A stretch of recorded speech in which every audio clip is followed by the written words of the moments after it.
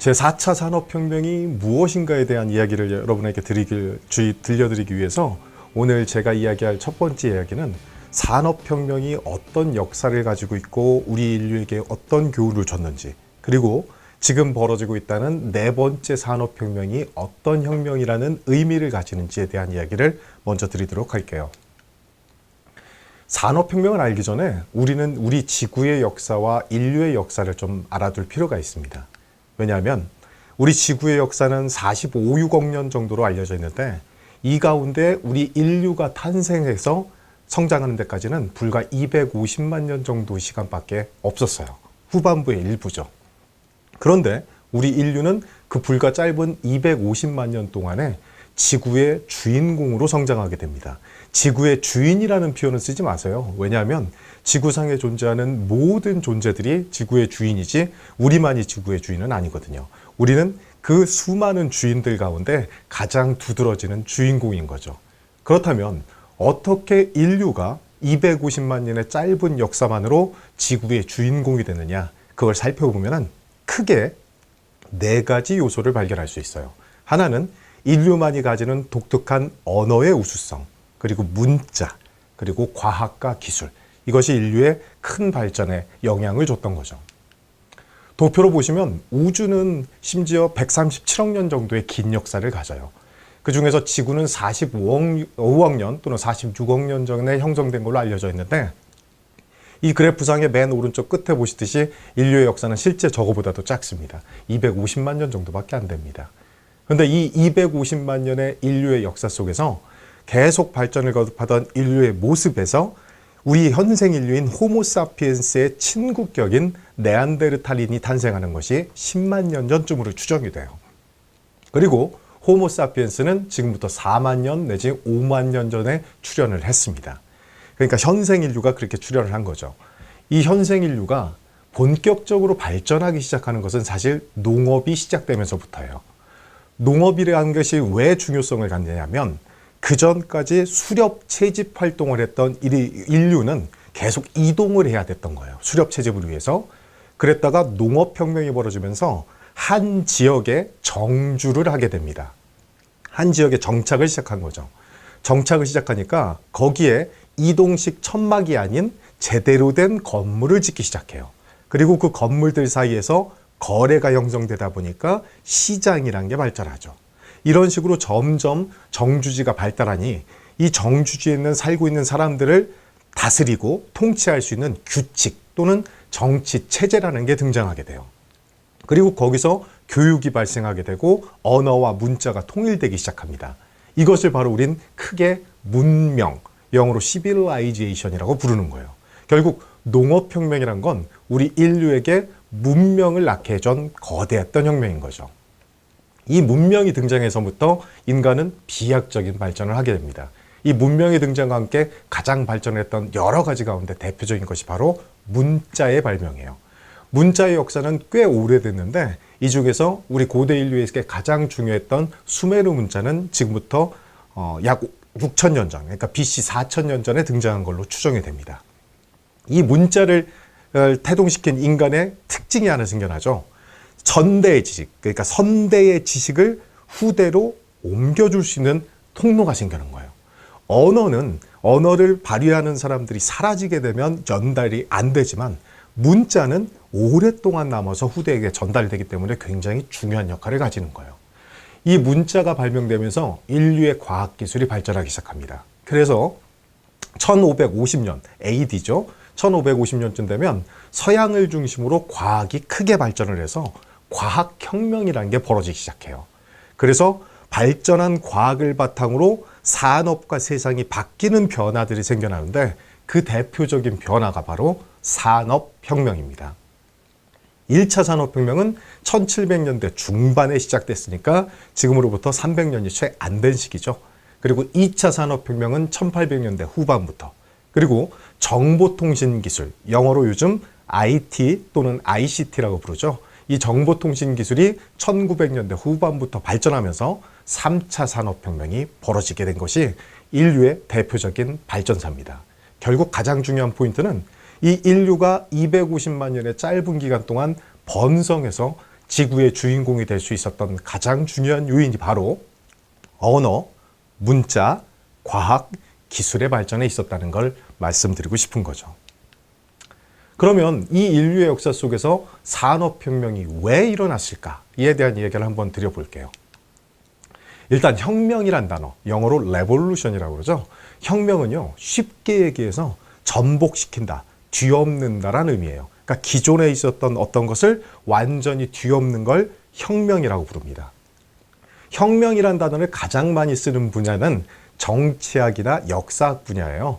우리 역사책에서 배웠던 프랑스 대혁명, 명예혁명, 우리의 촛불혁명 이런 것들도 쓰이는 거고, 심지어 뒤집어 엎는다는 의미로 쓰기 때문에 패션에 바뀌는 것도 어떤 사람들은 패션 혁명이라는 표현을 쓰기도 하는 겁니다. 그러니까 혁명은 뒤집어 엎는 거예요. 그런데 이 혁명이 산업 분야에서 벌어지면 영어로 Industrial Revolution이 되면 산업을 뒤집는다는 표현이 되는 겁니다. 산업에서 그럼 뒤집는 대상은 무엇이냐 하면 가장 중요한 포인트가 바로 생산하는 방식이에요. 산업이란 것 자체가 생산하는 업을 의미하기 때문에 생산하는 방법이 가장 중요한 혁명의 대상이 됩니다. 그럼 생산하는 방식을 바꾸려면 어떻게 해야 되냐? 인간의 몸이 아주 무한대로 세서 요즘 나오고 있는 진격의 거인처럼 힘이 좋다면 이 몸을 이용해서도 생산을 크게 할 수 있지만 인간의 몸은 생각보다 약해요. 인간은요, 채 1마력, 즉 말 한 마리의 힘도 못 내는 존재입니다.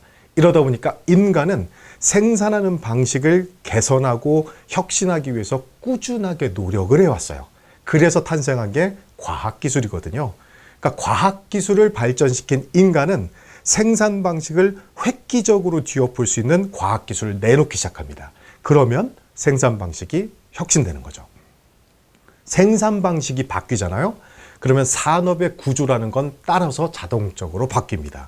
그래서 일반적으로 산업혁명은요, 기존에 있었던 생산 방식이나 산업 구조를 뒤집고 완전히 새로운 생산 방식과 산업 구조로 바꾸는 현상을 산업혁명이라고 부르는 거죠. 그렇다면 인류의 역사 속에서 산업혁명이 왜 필요했나요? 라고 누군가 물으신다면 이거는 인류의 숙제였기 때문에 그래요. 인류의 최대 숙제는 예전도 그렇고 지금도 그렇고 생산성입니다.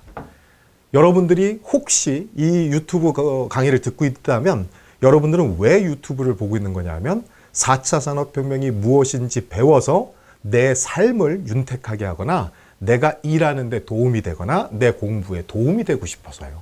인류는 뭔가를 해서 어떤 성과를 이뤄내기 위해서 끊임없이 노력하는 와중에 어떻게 하면 생산성을 높일 수 있을까를 계속 고민한다는 거죠. 그런데 이 생산성을 쉽게 공식으로 나타내면 투입분의 산출, 영어로 쉽게 인풋분의 아웃풋이라고 부릅니다. 그렇다면 생산성을 높인다는 얘기는 인풋을 줄이고 아웃풋을 높이면 된다는 얘기죠. 그런데 산업에서, 즉 뭔가 만드는 업에서 인풋 요소와 아웃풋 요소는 대부분 이런 요소들이에요. 그러니까 투입되는 노동력, 에너지, 원재료, 비용 이런 것이 인풋 요소고, 산출되는 제품과 서비스의 품질과 양, 이것이 대표적인 아웃풋 요소입니다. 결국 인간은 인풋 요소를 줄이고 아웃풋을 높이기 위해서 열심히 노력을 해왔는데, 아까 말씀드린 대로 인간의 몸은 비루해요. 실제로 큰 힘을 낼 수가 없었어요. 그런데 우리 인간이 가지는 굉장히 좋은 장점이 있었죠. 그게 바로 다른 동물에 비해서 뇌가 발전을 했고 일찍이 직립보행을 하다 보니 양손이 자유로웠던 겁니다. 그래서 인간은 뇌와 이 자유로운 양손을 이용해서 도구라는 걸 만들어 오기 시작해요. 그래서 인간을 부르는 다른 말 중에 호모 파베르, 그러니까 도구의 인간이라는 표현을 쓰게 된 겁니다. 이 도구의 집합체를 우리는 기술이라고 불러요. 그리고 기술을 작동하는 원리 또는 세상이 돌아가는 원리를 과학이라고 불러요. 그래서 인간은 과학과 기술을 발전시켜서 생산성을 높여오게 됩니다. 근데 인류의 역사 250만 년 동안 계속해서 과학기술이 조금씩 발전을 해오는데 어떤 특정 시점이 되면 아주 혁신적인 과학기술들이 집중적으로 등장하는 때가 나타납니다. 그때마다 산업혁명이 벌어지게 돼요. 그러니까 산업혁명은 언제 벌어졌냐면 투입을 줄이고 산출을 높이는 아주 혁신적인 과학기술들이 집중적으로 등장할 때 벌어지게 되는데, 지금까지 인류사에서 이런 일이 3차례 벌어져서 1차, 2차, 3차 산업혁명이 벌어졌던 거예요. 그리고 지금 4차 산업혁명이 벌어지고 있다고 얘기를 하고 있는 겁니다. 근데 중요한 게 산업혁명은 주로 생산하는 방식과 산업 구조를 뒤엎는 건데요. 생산하는 방식과 산업 구조가 뒤엎어지면요, 일자리의 모양이 바뀌죠. 예전에 중요했던 산업이 쇠퇴하고 새로운 산업이 부각돼서 새로운 직업이 생겨나죠. 누군가는 이거 새로운 것을 이끌어서 돈을 벌고 누군가는 과거에 집착하다가 돈을 잃어버리죠. 이러다 보니까 산업 구조의 변화는 사회 구조를 바꿔버리게 돼요. 사회 구조가 바뀌면 인간 관계의 방식도 바뀌게 되고 인간들이 살아가는 형태인 문화도 바뀌게 되는 겁니다. 결국 산업혁명에서 가장 중요한 단어는 생산성이란 단어인데, 생산성을 높이기 위해서 등장했던 과학기술이 아주 집중적으로 등장하면 산업혁명이 생겨났고, 이 산업혁명의 결과로 산업만 바뀐 게 아니고 사회구조, 인간관계, 문화 같은 것도 다 바뀌게 됐다는 거죠. 그래서 산업혁명은 굉장히 큰 의미를 가지는 겁니다. 여기서 문명이란 얘기를 한번 해야 될 것 같아요. 왜냐하면 문명은요, 인류가 만든 가장 거대한 공동체, 그러니까 국가보다도 큰 개념입니다. 지구의 역사, 그 인간의 역사 250만 년 동안에서 문명이 태동했던 것은 제가 아까 말씀드린 대로 지금부터 12,000년 전에 농업혁명이 시작돼서부터예요. 그 이후로 이 12,000년의 문명사 속에서 지구상에 존재했던 문명의 숫자에 대해서는 학자들마다 조금씩 견해가 달라요. 어떤 학자는 32개다, 누구는 19개다 이렇게 주장하는데, 일반적으로 약 23개 정도의 문명이 지금까지 존재했었습니다. 존재했었는데요, 대부분의 문명이 멸망하고 사라지고 현재는 유적과 유물로만 남아있는 경우가 많아요. 그리고 지구상에 지금 남아있는 문명은 4개입니다. 이 23개 정도의 문명 가운데 여러분이 아마 교과서라든지 시사상식에서 많이 봤던 문명이 있어요. 그게 바로 고대 4대 문명. 암기 시대를 살았던 사람들한테는 굉장히 시험 문제에도 많이 났던 게 이 고대 4대 문명인데, 여러분이 알고 있는 고대 4대 문명은 바로 이거죠. 이집트 문명, 인더스 문명, 메소포타미아 문명, 황하 문명입니다. 이 중에서 지금까지 남아있는 문명이 있을까요? 네, 있습니다. 이 중에 남아있는 문명은 바로 황하 문명이에요. 황하 문명은 이름을 중국 문명이라고 바꿔서 지금까지 약 10,000여 년간 계승 발전되고 있어요. 그럼 나머지 문명들은 다 유적과 유물로만 남아있죠. 그러니까 사라진 문명이에요. 아니, 지금 이집트에 가면 스핑크스 피라미드를 다 보는데 이집트 문명 아니에요 얘기하는데, 고대 이집트 문명과 현대 이집트 사람들의 사이에는 전혀 연관관계가 없는 단절된 문명입니다. 그래서 과거의 문명은 전부 다 유적과 유물로만 남아있는 거죠. 이 고대 4대 문명 이외에 여러분들이 중앙아메리카와 남아메리카에 존재했다가 정복자라든지 자연재해에 의해서 사라졌던 문명들을 몇 개 알고 계세요. 대표적인 문명들이 바로 잉카 문명, 마야 문명, 아즈텍 문명 같은 거죠. 이런 문명들은 지금도 유적과 유물로만 남아있지 실제로는 존재하지 않습니다. 그래서 과거에 있었던 대부분의 문명들은 사라진 거예요. 그리고 지금 남아있는 문명은 크게 4개 문명뿐입니다. 첫 번째 문명이 바로 유럽과 북아메리카와 남아메리카와 오세아니아의 중심의 문명, 그 문명을 우리는 서양 문명, 영어로는 Western Civilization이라고 부릅니다. 그리고 두 번째 있는 문명이 바로 황하 문명을 계승해서 만여 년째 계승되어 온 중국 문명이 있어요. 세 번째 문명은 현대 인도 문명이에요. 인도는 인구수가 10억이 넘죠. 게다가 힌두교라는 독특한 종교 체제를 가지고 자기들만의 독특한 문화를 발전시켜 왔죠. 그래서 현대 인도 문명이 세 번째 문명입니다. 그리고 네 번째는 서양 문명과 지금과도 격렬하게 대립하고 있는 중근동의 이슬람 문명이에요. 이 네 가지 문명이 현재 지구에 존재하는 대표적인 문명입니다. 그런데 이 네 개 문명 가운데 누가 뭐래도 현재의 지구를 지배하고 있는 문명은 바로 웨스턴 시빌라이제이션, 서양 문명 또는 서구 문명입니다. 잘 생각해 보면 우리 한국 사람들은 중국 문명으로 사는 건가? 라는 의문을 가지지만 실제로 우리의 삶은 대부분 서양 문명으로 살아요. 우리가 입고 있는 옷들을 양복이라고 부르는 케이스도 있지만 대부분 서양식 복장이에요. 우린 양식을 먹죠. 우리의 정치 체제인 대의민주주의, 대통령 중심제 전부 다 서양식 정치 제도예요. 우리의 경제 체제인 자본주의도 서양식이에요. 우리가 가는 병원, 이거를 양의원이라고 이제는 안 부르잖아요. 서양식 병원이에요. 그러니까 우리의 삶 전반이 서양 문명에 따라서 살고 있는 게 현실입니다. 그래서 지구를 현재 지배하는 주류적인 문명은 누가 뭐래도 서양 문명이라는 거죠. 그런데 중요한 건 서양 문명이라는 게 과거부터 지구의 중심적인 주류적인 문명이었냐라는 문제예요. 실제 서양 문명이 세계를 제패한 주류 문명이 된 것은 길게 잡아야 300년, 짧게 잡으면 150년 정도밖에 안 됩니다.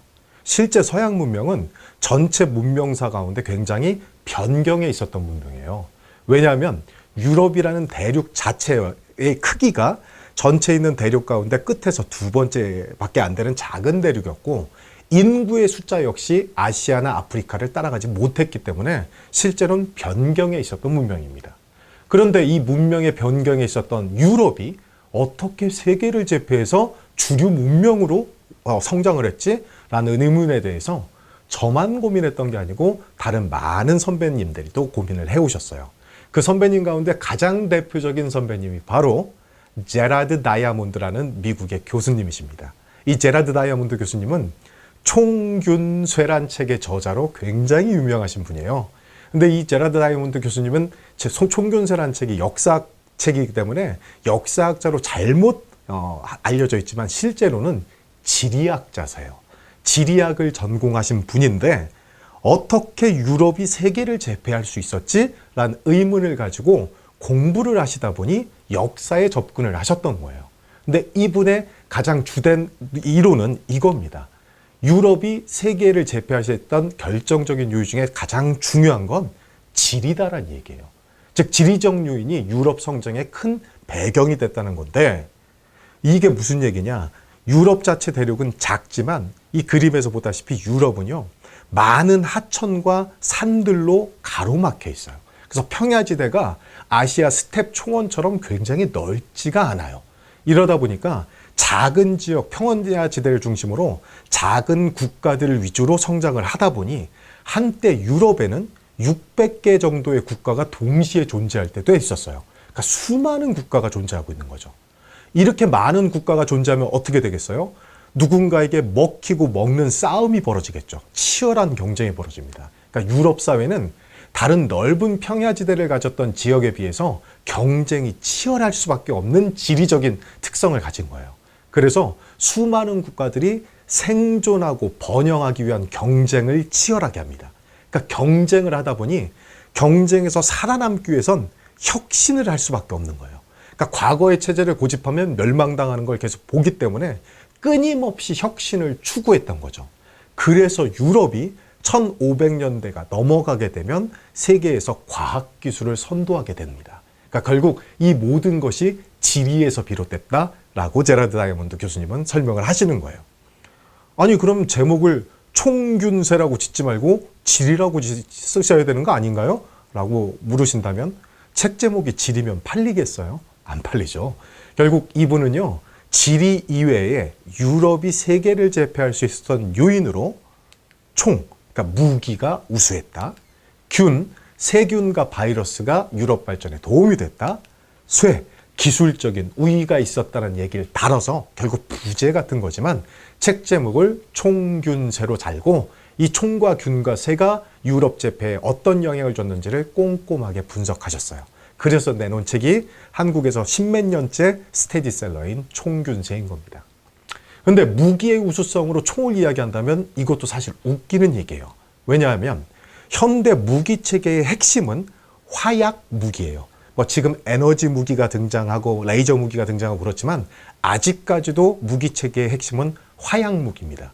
그런데 이 화약을 최초로 발명하고 무기화시켰던 문명은 유럽이 아니죠. 중국 문명이었어요.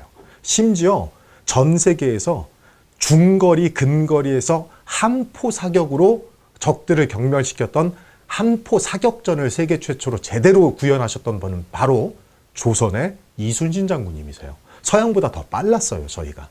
그런데 이 아시아 중심의 화약 무기가 유럽으로 전래가 됐는데 유럽에서 산업혁명 등을 거치면서 이 무기의 우수성이 아시아를 추월해버리게 된 겁니다. 그래서 1800년대가 넘어가면서부터 유럽 무기가 아시아 무기보다 우월해졌고 그래서 유럽인들이 대포와 기관총과 총으로 다른 대륙을 제패할 수 있었다는 이야기가 바로 총의 이야기예요. 두 번째, 균은 지금도 우리가 코로나 시대를 살지만 세균과 바이러스가 유럽 발전에 또 우연하게도 큰 도움을 줬다는 얘기를 하는 거예요. 대표적으로 유럽의 정복자들이 중앙아메리카, 남아메리카에 있었던 수많은 문명과 국가들을 파괴시키면서 정복지를 가집니다. 그래서 제국주의 국가로 거듭나게 되는데 이때 유럽에서 대표적인 제국주의 국가 중에 초기의 국가가 바로 스페인이었죠. 스페인의 피사로라는 정복자, 실제로 피사로는 군인은 아니었고요. 쉽게 얘기하면 깡패였어요. 그러니까 용병이나 하는 깡패 수준이었는데 당시 수많은 유럽 사람들이 신대륙으로 건너가면 부자가 될 수 있다는 꿈을 갖고 건너가서 정복 활동을 했기 때문에 정복자라는 이름을 갖게 됐지만 실제로 출신으로 따지면 그렇게 아름다운 군인 형태는 아니었습니다. 근데 이 피사로가 잉카 제국을 정복하러 140명 정도밖에 안 되는 군인을 끌고 가서 잉카 제국을 그러니까 정복하는 데 성공해요. 근데 놀랍게도 당시 잉카 제국은 군사 대국이었어요. 정복 국가였기 때문에 상비군, 즉 늘 존재하는 군대만 10만이 넘는 엄청난 군사 국가였어요. 단 이 문명의 발달 수준이 좀 잘났던 겁니다. 서양은 철기 시대의 문화를 가지고 있었기 때문에 철제로 된 갑옷과 투구과 정강이 받침 같은 걸 가지고 있었고 칼과 창도 철로 만들어지기 때문에 셌던 거죠. 그리고 심지어 물론 옛날 총이지만 머스킷총, 그러니까 사정거리가 한 70m 되고 최대 1분에 2발 정도 쏠 수 있는 화승총이죠. 그 머스킷총도 보유하고 있었고 소형 대포도 있었고 말도 몇 마리 가지고 있었어요. 말은 당시에 남미에 없었거든요. 그런데 이 인디오 전사들, 즉 잉카의 전사들은 신석기 시대를 살고 있었어요. 이들의 군사력은 돌도끼, 돌창, 도라설이었던 거예요. 가장 발달한 무기가 흑요석으로 만든 무기인데 흑요석은 쪼개면 굉장히 날카로워지는 돌이거든요. 이 흑요석으로 만든 검이나 도끼를 유가는 신석기 수준의 군대였던 겁니다. 그렇지만 돌창과 돌화살을 가진 사람이 10만 명이면 140명의 군대로는 도저히 이길 수가 없는 게임인 거죠. 왜? 모두가 머스킷총을 쏘고 2발씩 발사하는 도중에도 10만 명이 몇 명 죽고 달려와서 밟아 죽여도 이겨요. 그런데 잉카가 정복당합니다. 140명한테. 여러 가지 원인이 있었어요. 황제가 빨리 사로잡힌 원인도 있었지만 결정적으로 이 유럽의 정복자들이 자기도 모르게 세균전을 펼친 겁니다. 그 세균전이 바로 뭐냐 하면 여러분의 어머님 세대들, 아버님 세대들에서는 옛날에 비디오라는 걸 봤어요. 그 비디오를 틀면요, 맨 처음에 공익 광고가 나오는데 공익 광고에 이런 문구가 나와요. 옛날 사람들은 호환과 마마를 가장 두려워했다. 호환은 호랑이고요. 호랑이로 이루어지는 그 문제인 거고 마마라는 건 굉장히 무서운 질병이었어요. 그 마마가 바로 천연두라는 질병이에요. 천연두에 걸리면 온몸에 발진과 검은색 피부 변색이 일어나면서 아주 비참하게 죽거든요. 그래서 아시아, 아프리카, 유럽 사람들은 천연두라는 것을 계속 시달려왔고 이 천연두가 계속 시달리다 보니까 천연두에 대한 면역 체계를 갖추게 됩니다. 그런데 아시아, 유럽과 떨어져 있었던 중앙아메리카, 남아메리카 사람들은요, 천연두에 대한 면역 체계가 없었던 거예요. 그래서 스페인 군대는 자기들도 모르게 인디오에게 천연두를 퍼뜨렸고 인디오 10만의 전사들 가운데 7, 8명, 10명 중에 7, 8명씩이 이 천연두로 죽거나 쓰러지는 거예요. 사람들이 이렇게 병으로 죽어나가는데 어떻게 전쟁을 치릅니까? 잉카는 천연두 때문에 멸망을 했다고 해도 과언이 아닙니다. 따라서 균이란 게 서양 문명의 발전에 또 큰 영향을 우연히 미쳤던 거죠. 그리고 쇠는 기술적으로 뛰어났다는 얘기를 하는 건데 결국 제라드 다이아몬드 교수님의 총균서 이야기를 종합하다 보면 이런 얘기가 나와요. 유럽은 치열한 경쟁이 벌어지는 지리적 환경 속에서 생존하고 번영하기 위해서 끊임없이 혁신을 해야 됐다. 그리고 그 혁신의 최고봉으로 나타난 게 바로 산업혁명이었다는 겁니다. 즉 산업혁명은 유럽의 혁신의 끝판왕을 보여줬던 거고요. 이 산업혁명으로 해서 유럽은 아시아와 아프리카의 모든 국가에 우월할 수 있는 기술적 힘과 군사적 힘을 가지게 됐던 겁니다. 그러면 4차 산업혁명은 정확히 무슨 뜻인가요? 라는 질문을 할 수가 있는데요. 4차 산업혁명은 영어로요. Fourth Industrial Revolution입니다. 그러니까 이 얘기는 바로 뭐냐면 Industrial Revolution, 즉 산업혁명이 Fourth, 네 번째란 뜻이에요. 정확히 4차 산업혁명의 뜻은요. 4차 산업으로의 혁명 또는 4차 산업으로의 혁신을 의미하는 게 아니고 네 번째 산업혁명이라는 뜻이에요. 그런데 한국에 계신 수많은 분들이 4차 산업혁명이라는 단어를 열심히 떠들기 시작한 지 지금 한 6년쯤 됐어요. 2016년 초반부터 4차 산업혁명이라는 단어가 유행을 했기 때문인데 이 5, 6년이 지났음에도 불구하고 굉장히 잘못 알고 계신 대표적인 게 바로 이 뜻입니다.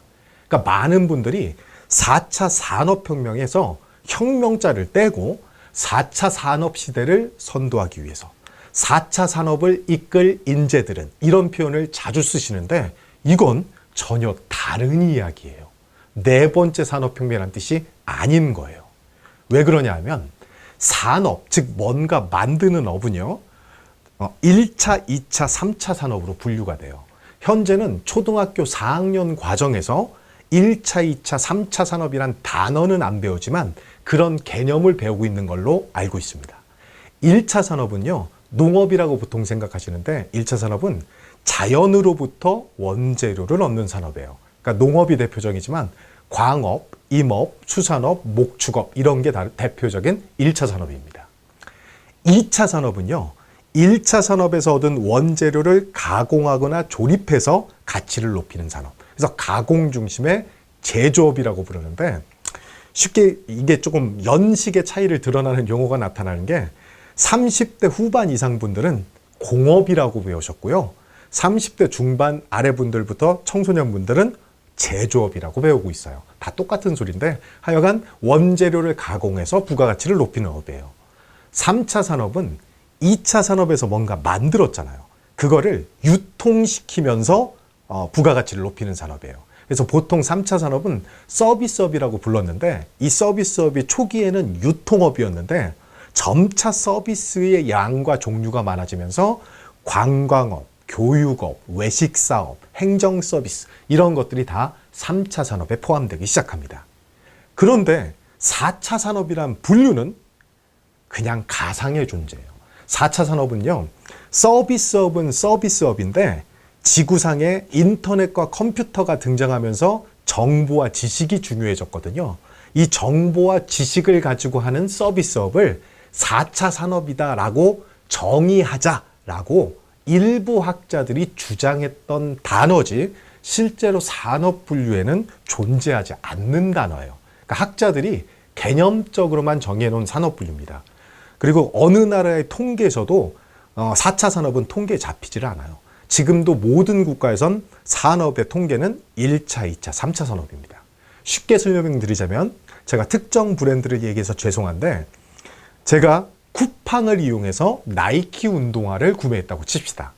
이 나이키 운동화의 원재료가 되는 고무나 가죽은 1차 산업의 산물, 1차 산업 매출액이에요. 근데 이거를 나이키 공장에서 조립을 해서 운동화를 만들잖아요. 그거는 2차 산업 매출이에요.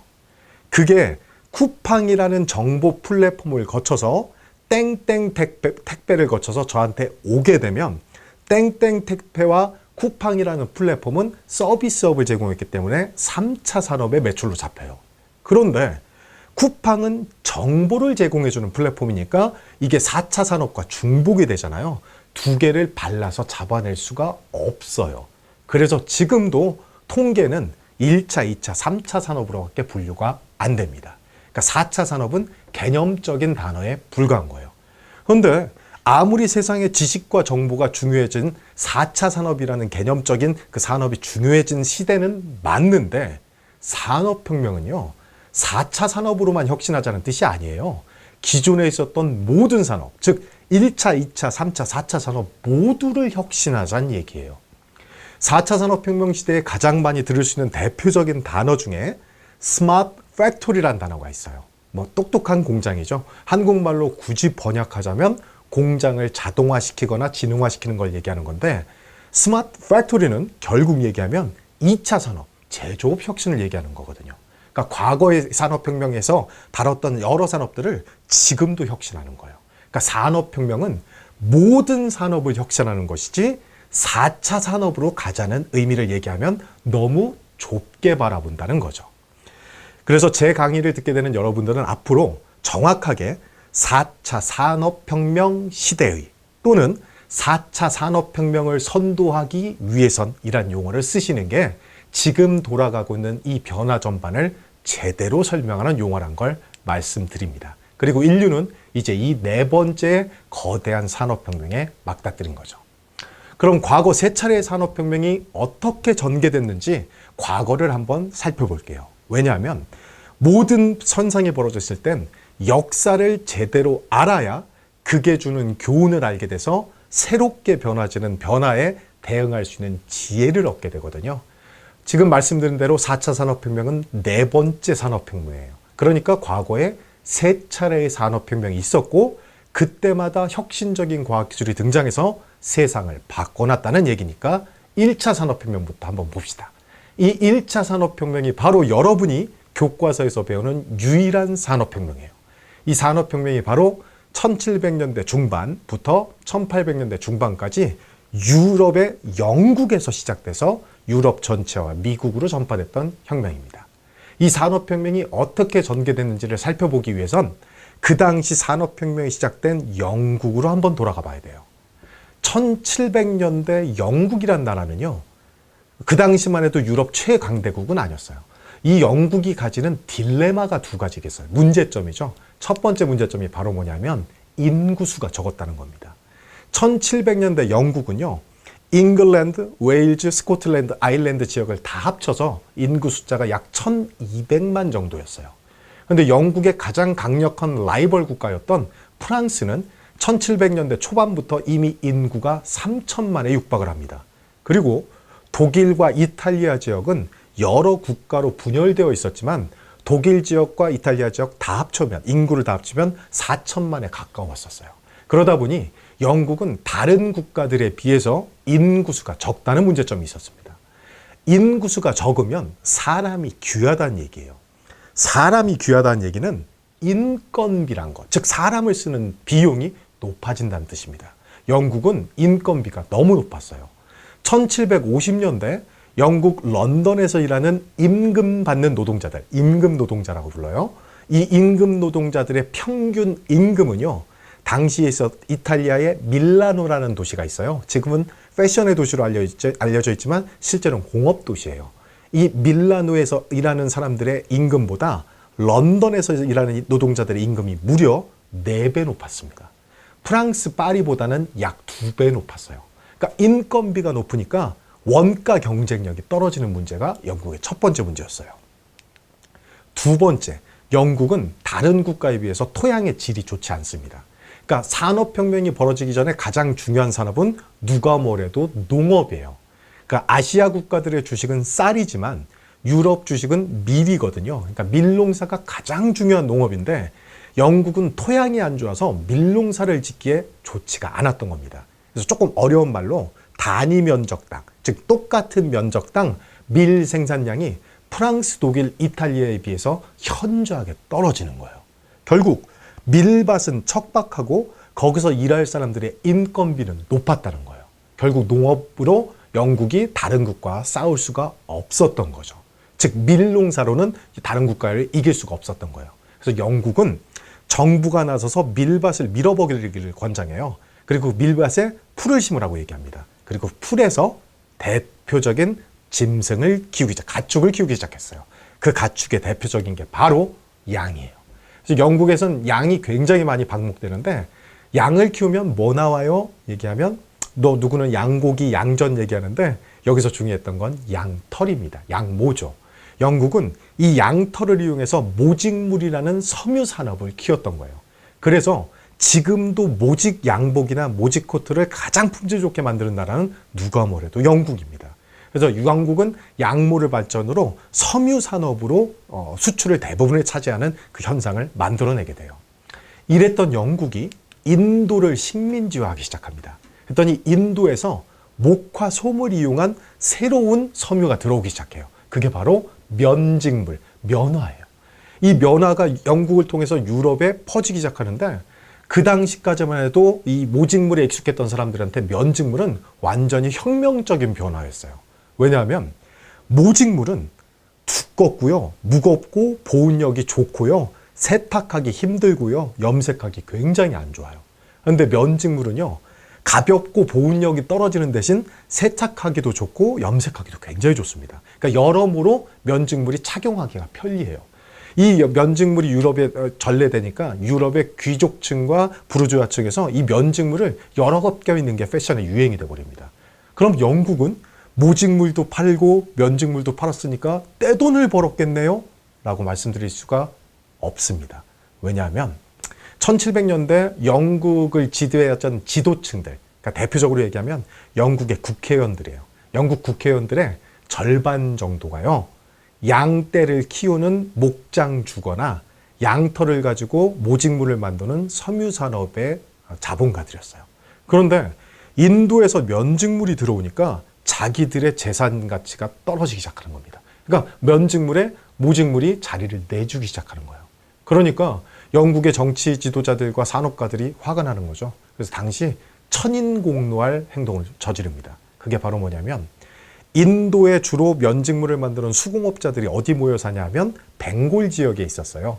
그러니까 벵골 지역은 인도의 북동부 지역인데 이 벵골 지역의 수공업자들이 대부분 살았는데 이 수공업자들한테 압력을 가해서 면직물을 생산 못하도록 하라고 영국의 지도층이 총독부에 압력을 간 거예요. 그러니까 총독부에서 면직물 생산을 못하게 막아봤지만 이 사람들은 대를 이어가지고 계속 면직물만 생산해오던 수공업자인데 어떻게 안 만들어요? 계속 거부하고 만들었죠. 그래서 영국 총독부가 만행을 저지릅니다. 그게 바로 인도 수공업자들의 오른손을 자르기 시작해요. 오른손을 자르는 게 너무 잔인하다 싶은 사람은 엄지손가락을 잘랐대요. 엄지를 자르거나 오른손이 없으면 배틀이나 물레 못 잡잖아요. 그래서 실제 물리적으로 면직물을 못 만들게 만드는 천인공노한 행동을 했습니다. 실제 손이 잘린 사람의 추정치는 굉장히 다른데 어떤 사람은 5만 명이라고 하고 누구는 23만 명이라고도 얘기해요. 그러니까 굉장히 많은 사람이 손을 자른 거예요. 이러다 보니까 인도 데칸공원에선 목화가 생산되는데 그걸 즉 면직물로 만드는 사람들이 사라지는 거예요.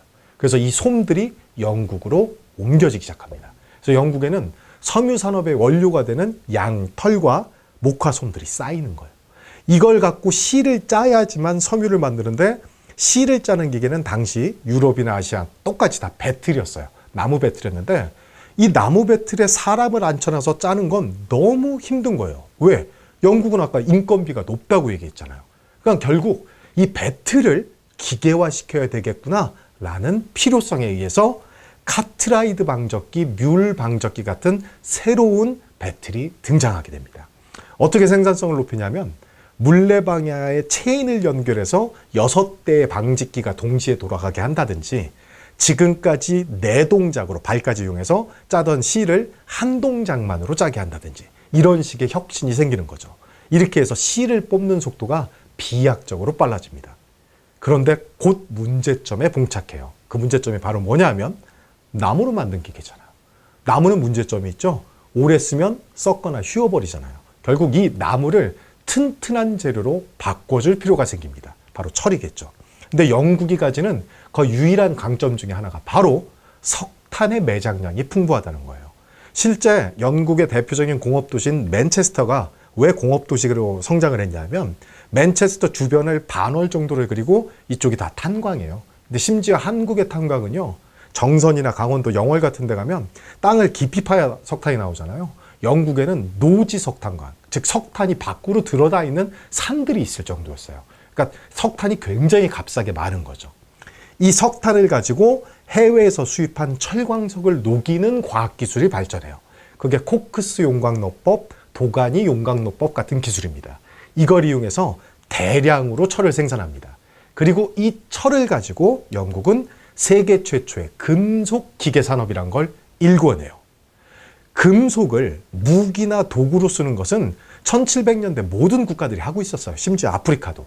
그런데 금속을 갖고 대형 기계를 만들기 시작한 최초의 국가는 영국인 겁니다. 금속으로 기계를 만들어졌더니 기계의 수명이 비약적으로 늘어졌어요. 굉장히 좋은 일이죠. 그렇지만 금속도 치명적인 문제점이 있습니다. 금속의 치명적인 문제점, 여러분 녹슨다는 생각은 하지 마세요. 녹쓰는 건 큰 문제가 안 돼요. 닦고 조이고 기름치면 오래 씁니다. 우리 6.25 때 썼던 대포 지금도 예비군 아저씨들 쓰고 있거든요. 그러니까 금속의 문제점은 녹쓰는 게 아니에요. 금속의 가장 큰 문제점은 나무에 비해 너무 무겁다는 거예요. 이 무거운 금속 기계를 물레방아나 사람의 손으로는 돌릴 수가 없는 겁니다. 그래서 이 무거운 금속 기계를 돌리기 위해서 개발되고 개량된 게 바로 증기기관이에요. 여러분, 증기기관의 발명자를 제임스 와트라고 배우신 분들이 굉장히 많은데요. 이거 잘못 배우신 거예요. 제임스 와트는 발명자가 아닙니다. 제임스 와트보다 무려 60여 년 전에 영국의 뉴커먼이라는 엔지니어가 대증기기관을 발명했어요. 제임스 와트는 그걸 효율적으로 쓸 수 있게 개량한 사람인데, 한국에서 제임스 와트의 증기기관이라고 하도 떠드니까 많은 교육자들 분께서 제임스 와트를 증기기관의 발명자라고 잘못 가르치시는 겁니다. 개량자예요. 근데 이 증기기관이라는 게 등장했던 이유는 바로 이 무거운 금속기계를 돌리기 위해 했던 거죠. 그래서 제임스 와트의 증기기관이 뮬 방적기라는 거대 금속기계랑 결합한 시기를 많은 사람들이 1차 산업혁명의 원년이다라고 주장하는데, 저는 그렇게 안 보고 그 전부터 혁신이 몇십 년 단위로 벌어지고 있었다고 얘기합니다. 그리고 이 증기기관이 증기기관차, 증기선 같은 교통수단과도 결합하게 돼요. 그래서 이 변화 전반이 약 100여 년간 벌어지는데, 여기서 가장 큰 핵심은 그 전에 인간의 노동력, 즉 손발로, 몸빵으로 하던 생산을 기계로 대신하는 변화가 벌어졌다는 거예요. 그래서 1차 산업혁명의 다른 별명이 바로 공업화 기계화라고 불리는 겁니다. 1차 산업혁명 후 몇십 년이 지나고 2차 산업혁명이 시작됩니다. 2차 산업혁명부터는 교과서에 잘 나오지 않아요. 그래서 많은 분들이 모르시는데, 2차 산업혁명은요, 1870년대부터 1920, 30년대까지 약 5, 60년 정도 벌어진 혁명입니다. 주로 1차 산업혁명을 이끌었던 국가가 영국 중심이었다면, 2차 산업혁명을 이끌었던 대표적인 국가들은 미국, 독일, 영국, 프랑스, 이탈리아, 그리고 일본도 들어갑니다. 이 2차 산업혁명 때 진짜 대량 생산, 대규모 생산이 벌어지게 돼요. 그리고 너무 대량 생산이 많은 국가에서 벌어졌기 때문에 이것을 본격적인 산업화 혁명이라고 부르기도 합니다. 그 시작은 재료의 혁신이었어요. 그러니까 현대 시대를 상징하는 스틸, 강철의 시대가 벌어지게 됩니다. 이 강철의 시대를 대표하는 조형물이 바로 저 에펠탑이에요. 저 에펠탑이 언제 생기냐면 1889년 프랑스에서 이게 건립이 되는데, 1889년 파리에선 무슨 일이 벌어지고 있었냐면 세계 만국 박람회란 게 개최돼요. 만국 박람회를 요즘 말로 엑스포라고 부릅니다. 근데 이 만국 박람회가 파리에서 개최된 게 이게 최초는 아니었는데, 1889년 만국 박람회는 굉장히 의미가 있는 박람회였어요. 왜냐하면 프랑스 사람들이 가장 자부심 있는 게 뭘까요? 라고 물어보면 많은 사람들이 프랑스의 미식 문화, 즉 음식을 많이 이야기하시는데, 실제 프랑스 사람들한테 너희들의 가장 자부심은 뭐야? 라고 물어보면 많은 분들이 세계 민주주의의 역사들을 자기들이 썼다는 걸 자부심으로 느낀다고 그래요. 그러니까 프랑스 대혁명이 민주주의의 시작이란다고 보는 거죠. 근데 그 프랑스 대혁명이 벌어진 해가 바로 1789년이었어요. 1789년. 그래서 1889년이란 해는 프랑스 대혁명 100주년이었던 겁니다. 그래서 엄청난 의미를 가졌던 해이기 때문에 에펠이라는 건축가에게 엄청난 강철을 제공해줘서 저 엄청난 높이에 에펠탑을 세웠다고 얘기해요. 저는 아직 에펠탑을 못 가봤어요. 그런데 에펠탑 밑에 가면 한국어로 된 안내책자도 있다고 그러는데 거기에 이런 식으로 써 있대요. 프랑스 혁명 정신, 대혁명 정신이 프랑스 삼색 깃발 있잖아요. 빨강색, 흰색, 파랑색. 자유평등 박애라고 부르죠. 이 자유평등 박애가 저 에펠탑에 구현돼 있다고 얘기하는데 저것만 봐서는 전 잘 모르겠습니다. 그런데 하여간 이 자유평등 박애를 구현했다는 에펠탑이 실제 세워진 이유는 달라요. 무슨 얘기냐? 실제 이 탑이 왜 세워지냐면 만국박람회 때 전 세계에서 많은 산업가와 자본가들이 오잖아요. 이 사람들한테 당시 프랑스의 철강 회사들이 자기네 강철의 우수성을 과시하고 싶었던 거예요. 자기네 강철이 세계적으로 가장 우수하다는 걸 보여주려면 어떻게 해야 되지? 라고 고민했더니 엄청난 높이의 강철탑을 세우면 된다라고 해서 세워졌던 게 바로 에펠탑인 겁니다. 이렇게 해서 강철이나 인공염료 같은 새로운 재료들이 등장하면서 2차 산업혁명이 시작돼요. 그래서 2차 산업혁명을 이끈 가장 중요한 두 가지 산업이 생기는데 그게 하나 전기산업, 두 번째가 내연기관의 등장입니다. 전기는요 발명할 수가 없어요. 왜냐하면 자연에도 존재하는 거니까. 그렇지만 전기와 관련된 백열전구를 발명해서 산업화를 이뤄내신 분은 바로 우리가 알고 있는 발명왕 에디슨이죠. 우리 어렸을 때, 여러분 어렸을 때 에디슨은 유인전기의 단골 메뉴셨어요.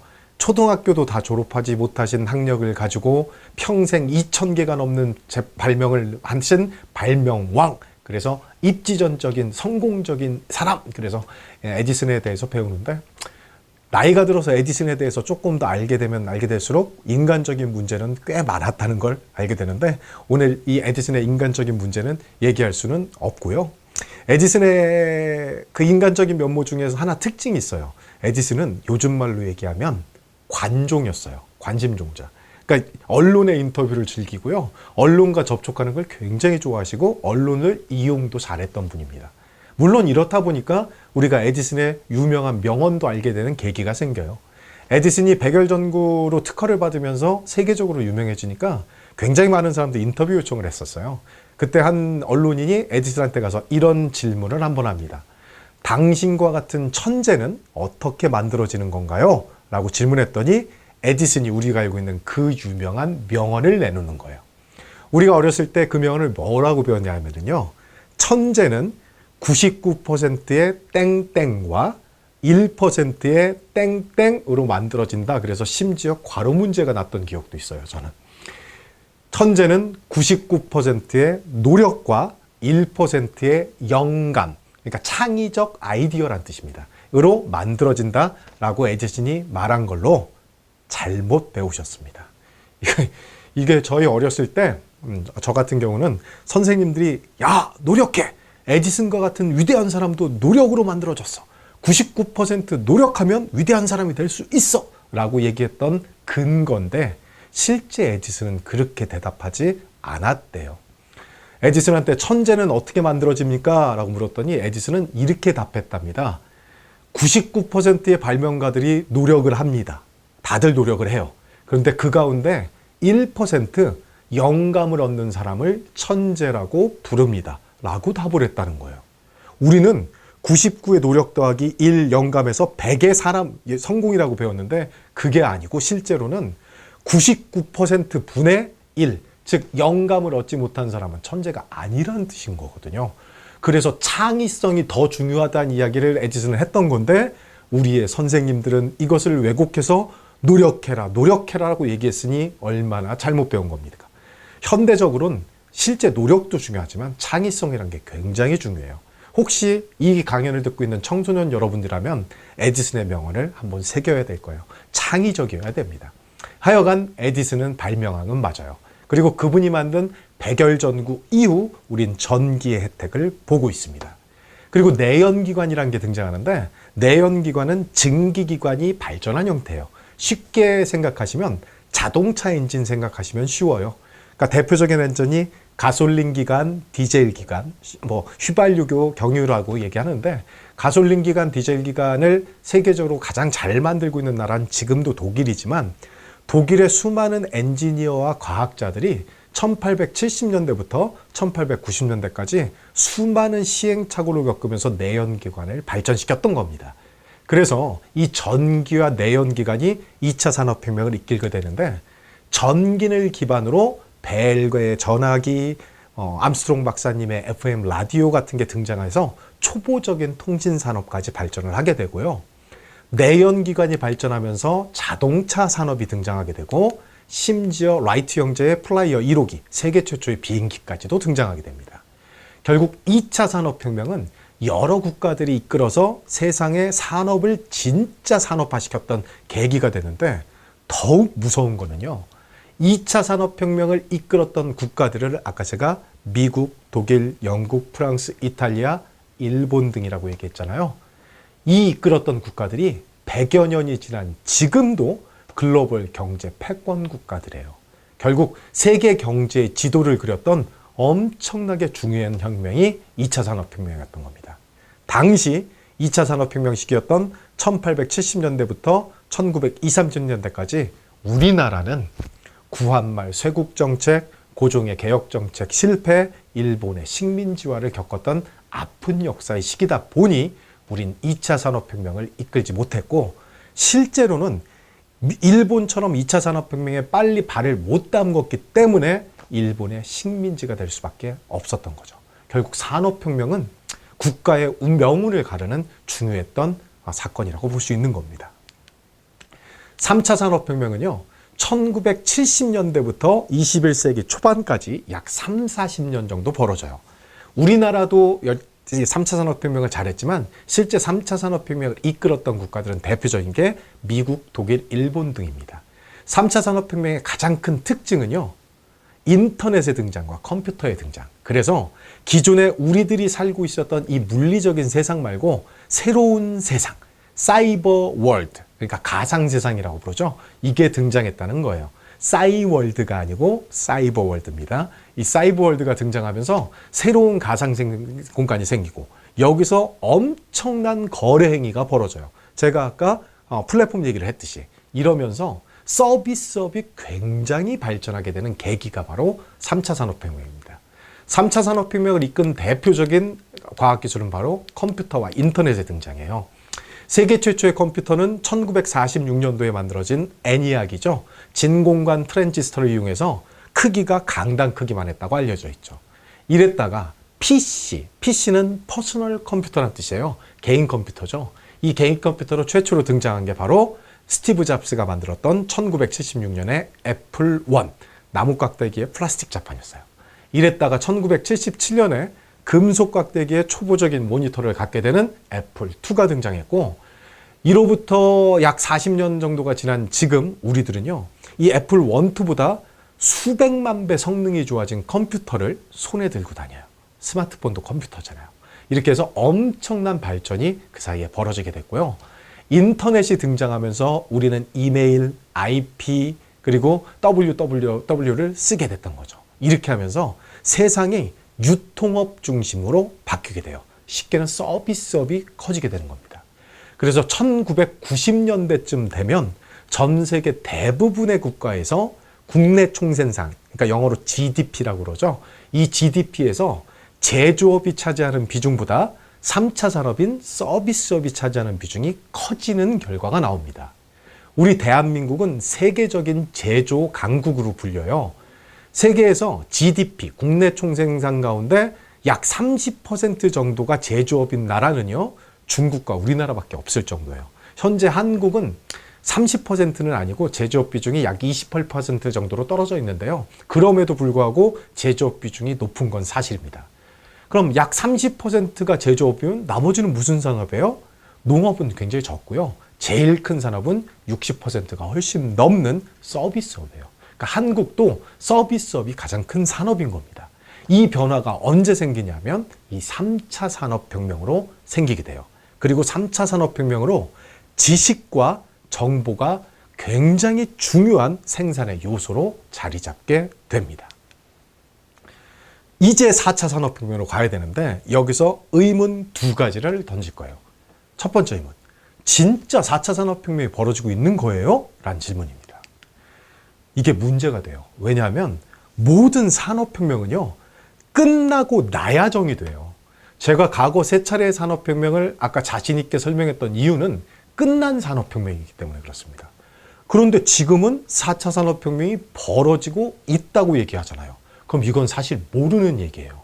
10년, 20년 뒤에 2010년대, 2020년대 초반은 4차 산업혁명 시대가 아니었다라고 정의될 수도 있는 거예요. 안 끝났기 때문에 모르는 겁니다.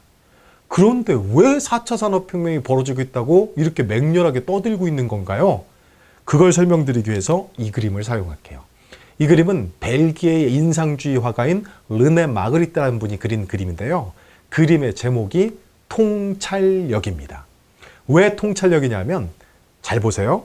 지금 화가가 바라보고 있는 건 테이블 위에 알을 바라보고 있어요. 그리고 알을 바라보고 위 캔버스에 그리고 있는 건 바로 새예요. 통찰력이라는 게 바로 무슨 의미냐? 껍질, 즉 외피 속에 감추어진 속의 본질을 꿰뚫어 보는 게 통찰력이다 라는 의미의 그림이 바로 저 그림이 내포하고 있는 함축적인 의미인 겁니다. 근데 이 통찰력을 왜 끄집어내냐면, 현재 4차 산업혁명이 벌어지고 있다는데 얘 수준이 바로 이 수준이어서 그래요. 껍질이 좀 깨져서요, 새 대가리 정도 튀어나와 있는 겁니다. 새는 대가리라고 해도 비속어가 아니에요. 짐승이기 때문에 저 잘못 말한 거 아닙니다. 근데 왜 새 대가리 정도 튀어나왔냐면, 우리가 익히 알고 있는 최근의 과학기술들, 인터넷 떠나서 이제 인공지능, 블록체인, 이게 수많은 3D 프린팅 이런 기술들이 등장하고 있잖아요. 그래서 저것이 새 대가리처럼 튀어나와 있는데, 얘가 몸부림을 쳐서 모든 껍질을 깨버리고 새가 되는 순간 이건 4차 산업혁명이 끝난 거거든요. 그래서 아직은 저 수준인 겁니다. 그래서 우리는 현재의 모습을 보고 4차 산업혁명의 미래를 고민하는 시점에 있는 거예요. 그럼에도 불구하고 4차 산업혁명이 벌어지고 있다는 말은 못하는 거잖아요. 맞아요. 그런데 왜 4차 산업혁명이라는 단어를 쓰고 있냐면, 아까 과거 3차례 산업혁명도 아주 혁신적인 과학기술들이 집중적으로 등장해서 산업과 사회를 바꿨기 때문에 벌어진 건데, 현재 등장하고 있는 과학기술들이 심상치가 않은 거예요. 즉, 현재 등장한 혁신적인 과학기술들이 산업과 사회를 완전히 바꾸고 있어요. 그러니 4차 산업혁명이라고 불릴 가능성이 굉장히 높다고 볼 수 있는 겁니다. 따라서 지금부터 20, 30년 후쯤 되면 2000년대 말부터 2020, 30년대까지는 4차 산업혁명, 네 번째 산업혁명이라고 불릴 가능성이 농후하기 때문에 이 용어를 쓰는 게 첫 번째예요. 두 번째 이유는요, 현재 엄청난 혁신적인 변화가 벌어지는데 이 변화 전체를요, 달리 설명할 마땅한 단어가 없어요. 용어가 없어요.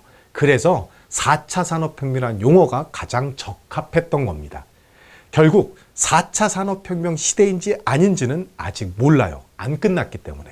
그렇지만 현재 벌어지고 있는 이 혁신적인 변화가 향후 4차 산업혁명이라고 불릴 가능성이 너무 높고, 다른 단어로 마땅히 설명할 수 없기 때문에 4차 산업혁명이라는 용어를 쓰고 있습니다 라고 저는 말씀드리겠습니다. 두 번째 질문, 4차 산업혁명이 인간에겐 재앙 아니에요? 왜냐하면 터미네이터나 매트릭스 같은 세계관, 즉 발전한 인공지능을 가진 기계 인류가 지치지도 않는 체력과 우월한 능력을 바탕으로 인간들을 노예화시키거나 멸망시키면 어떡해요? 라는 걱정을 하시는 분들이 있는데, 실제 이 걱정이 현실화될 수 있을 수도 있다라는 사건들이 몇 번 벌어집니다. 대표적인 이야기가 바로 인공지능 로봇 소피아 사건이었어요. 인공지능 로봇 소피아는 여러분들이 포털 사이트 들어가서 찾아보시면 쉽게 나오는 얼굴인데, 오드리 헵번이라는 옛날 여배우의 얼굴을 본따서 만들고 뒤는 투명 플라스틱이나 기계 칩들이 잔뜩 들어있는 형태의 로봇이에요. 한국도 내한한 적이 있어서 색동적으로 입고 있어요. 한국 사람들과 대화했던 기억도 있습니다. 이 소피아가 2016년도에 아주 끔찍한 인터뷰를 한 번 해요. 당시 미국의 CNBC라는 언론 미디어에서 헨슨이란 박사가 진행해서 소피아와 대화를 했던 거예요. 인공지능이 사람과 이렇게 편하게 대화하면서 심지어 소피아는 표정도 짓거든요. 이런 걸 방송을 했는데, 방송 중에 이렇게 물어본 거예요. 인류가 자연을 파괴하고 지구를 병들게 하고 있는데, 그렇다면 너는 인류를 파멸시키고 싶지 않니? 라고 질문을 했더니 소피아가 씩 웃으면서 I will destroy humans라고 다시 씩 웃는데 아주 섬뜩한 장면이었던 거예요. 그래서 헨슨 박사가 놀라서 NO라고 외쳤더니 여기에 대해서 다시 소피아가 씩 웃었습니다. 당시 인터뷰를 봤던 사람들이 난리가 났던 거죠. 그래서 이 홍콩의 제조업체가 만들었던 그 인공지능 로봇인데 홍콩 제조업체가 수거해서 다시 알고리즘을 고치고 재교육시켜서 나중에 다시 내보내요. 그때 인공지능 소피아가 이렇게 얘기하죠. 제가 몇 달 전에 했던 이야기는 농담이었어요 라고 하고 다시 씩 웃었는데 그 모습도 사실은 섬뜩했었습니다. 하여간 잘못된 알고리즘과 잘못된 데이터를 학습한 인공지능은 저렇게도 생각할 수 있구나 라는 걸 보여주는 아주 무서운 사건이었던 거죠. 이런 유사한 사건이 또 한 번 벌어집니다. 2016년도에 마이크로소프트사에서 챗봇, 그러니까 채팅하는 인공지능이죠. 챗봇인 테이를 내놔요. 이 테이를 내놨는데 테이가 학습하는 방식은 딥러닝 방식인데 딥러닝이라는 기술은요. 인간이 만들어 놓은 알고리즘에 따라서 수많은 데이터를 학습시켜서 데이터를 많이 넣어주면 넣어줄수록 똑똑해지는 기능이에요. 그런 기술이에요. 이 딥러닝으로 테이가 학습하는 그 데이터를 어떻게 생각했냐면 사람들이 실제 인터넷에서 채팅하는 그 단어들을 학습하게 만들었던 프로그램이었습니다. 그러니까 테이는 사람들이 채팅하는 거를 빨리 학습해가지고서 사람처럼 판단해서 말을 하게 만들어진 챗봇이었던 거죠. 그런데 얘가 출시된 지 16시간 만에 긴급하게 서비스가 중단됩니다. 왜냐하면 모든 사람들이 채팅을 할 때 바르고 아주 합리적이고 아주 예의 바른 단어를 쓰는 게 아니에요. 많은 사람들이 익명성의 그늘에 뒤에 숨어가지고서 욕도 하고 남들을 비하하고 친구끼리 얘기할 때는 아주 비속어도 많이 쓰고 이렇게 얘기합니다. 근데 테이가 그걸 그대로 배운 거예요. 그래서 열몇 시간 지난 테이는요, 쉽게 얘기하면 인간 쓰레기가 아니고 인공지능 쓰레기로 거듭납니다. 그래서 얘가 어떤 일을 벌이냐면 누군가가 너는 혹시 인종차별주의자니? 라고 물었더니 네가 멕시코 사람이니까 그따위 질문을 하지? 라고 답을 해버리는 거예요. 너 여성주의를 어떻게 생각해? 그랬더니 여성주의는 암덩어리야 라고 답을 해버립니다. 너 제노사이드, 대량학살이죠? 대량학살에 대해서 어떻게 생각해? 그랬더니 나 대량학살 정말 지지해. 한번 해보고 싶어. 이런 식으로 답을 해버리는 아주 인공지능 쓰레기가 되는 데까지 걸린 시간이 열몇 시간밖에 안 됐어요. 그래서 결국 사람들의 항의가 빗발치면서 테이가 서비스가 중단이 됩니다. 이 사건들은 알고리즘을 결함이 있게 짜거나 이 알고리즘한테 학습시켜주는 데이터에 문제가 있으면 이 인공지능이 저렇게 생각할 수도 있구나 라는 것을 보여준 무서운 사건들이었던 거죠. 그럼 진짜 터미네이터나 매트릭스의 세계관이 현실화될 수도 있겠네요? 근데 여기에 대해서는 큰 걱정 안 하셨으면 좋겠어요. 왜냐하면 우리 인류는 바보가 아니에요. 우리를 해칠 과학기술을 만드는데 그런 바보 노력을 하지 않습니다. 그래서 현재 유럽과 미국, 우리 한국도 마찬가지고요. 인공지능에게 윤리를 심어주는 연구도 진행하고 있어요. 물론 알고리즘을 계속 여러 종류를 만들고 관계된 데이터를 학습시키는 시간은 걸리겠지만 인공지능이 윤리를 가지게 되면 인간을 공격하거나 인간의 해가 되는 활동은 못하게 되겠죠. 우린 바보가 아닙니다. 그래서 저는 인류에게 재앙이 될 것이라고는 보지 않고요. 인간에게 편리성과 생산성을 높여주는 우리의 동반자가 될 것일 확률이 더 높다고 감히 말씀드리겠습니다. 그럼 지금 벌어지고 있다는 4차 산업혁명은 대체 뭔가요? 라고 말씀드리면 이 그래프를 보여드릴게요. 이거는 하나는 생산성. 제가 아까 산업에서 제일 중요한 게 생산성이라고 얘기했잖아요. 하나는 시간으로 본다면 과거 산업혁명 전에 가장 생산성이 높았던 과학기술은 수력을 이용했던 물레방아라고 볼 수 있어요. 그런데 우리가 아까 봤던 1차 산업혁명이 있었고 2차 산업혁명이 벌어지죠. 그런데 이 1차 산업혁명의 다른 별명이 바로 공업화혁명, 기계화혁명이에요. 아까 말씀드렸는데 왜 공업화혁명, 기계혁명이라는 별명을 가지게 됐냐면 어떻게 생산성을 높였지? 라는 데 포커스를 두기 때문에 그럽니다. 즉 생산성을 높이는 방식이 산업혁명의 본질이라면 공업화와 기계화로 생산성을 높인 게 1차 산업혁명이었다는 거죠. 2차 산업혁명 때 저런 과학기술이 등장하는데 진짜 대량 생산이 벌어졌다고 그랬죠. 그래서 산업화혁명이라고 불러요. 우리가 잘 알고 있는 현대의 대기업 시스템이란 게 바로 이 산업혁명 때 등장하게 됩니다.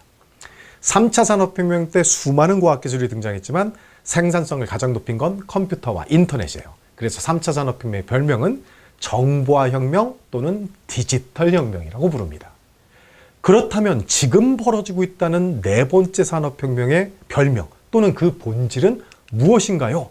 현재 등장하고 있는 가장 핵심적인 과학기술들, 데이터, 네트워크, 인공지능 기술, 그리고 수많은 지능정보 기술들이 세상을 바꾸고 있어요. 그래서 지금 벌어지고 있다는 네 번째 산업혁명의 가장 주된 본질을 저는 감히 지능화 혁명이라고 말합니다. 지능화, 이게 무슨 얘기냐? 과거 세 차례의 산업혁명이 주로 인간의 손발에 붙어있는 근력, 노동력을 대신하는 혁신이었다면 지능화잖아요. 지금 벌어지고 있다는 혁신은 인간의 손발이 아닌 두뇌, 머리라고 하지 마세요. 머리에 머리카락, 두피 다 포함해야 돼요. 두뇌라고 하십시오. 두뇌를 대신하고 보완하는 혁신이 벌어진다는 거죠. 그런데 누군가 질문을 할 거예요. 3차 산업혁명은 정보화 혁명, 디지털 혁명이라고 했다면 이건 인간의 두뇌를 도와준 게 아닌가요? 라고 물어보실 텐데 정보화 혁명, 디지털 혁명 때 가장 발전한 산업이 바로 정보통신산업, ICT예요. ICT의 근본적인 목적은요. 내가 원거리에 가는 수고를 덜고 원거리에 있는 사람 또는 사물과 실시간으로 의사소통을 하는 거예요. 결국 근본적으로는 인간의 다리를 편하게 한 혁명입니다. 그러니까 과거의 산업혁명이 주로 인간의 손발을 편하게 해줬다면 이제는 인간의 머리를 편하게 해주고 심지어 대신해 줄 수 있는 혁명이 벌어진다는 거죠. 그런데 머리를 대신한다는 게 말은 쉬운데요. 굉장히 무서운 얘기예요. 왜냐하면 인간이 왜 인간인지를 연구하는 대표적인 학문이 철학입니다. 철학의 역사는 만 년이 됐어요.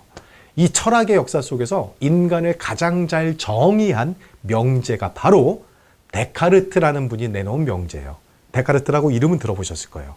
이 데카르트가 어떻게 인간을 정의했냐면 인간이 다른 짐승과 차이점을 가지는데 인간은 땡땡 하는 존재다 라고 정의를 내렸어요. 잘 아시겠지만 그 땡땡은 생각하는 존재, 조금 유식한 말로는 사유하는 존재라고 얘기합니다. 즉 인간은 이 머리의 작동이 다른 짐승과 달라서 만물의 영장이라는 거예요. 그런데 이 머리, 두뇌를 대신하는 변화가 벌어진다고? 그럼 인간의 본질을 건드리는 건데 따라서 굉장히 무서운 얘기입니다. 그런데 인간의 두뇌를 도와주거나 대신하는 혁명이 벌어질 수밖에 없는 상황이 돼버렸어요. 그게 바로 뭐냐면 세상이 너무 복잡해진 거예요.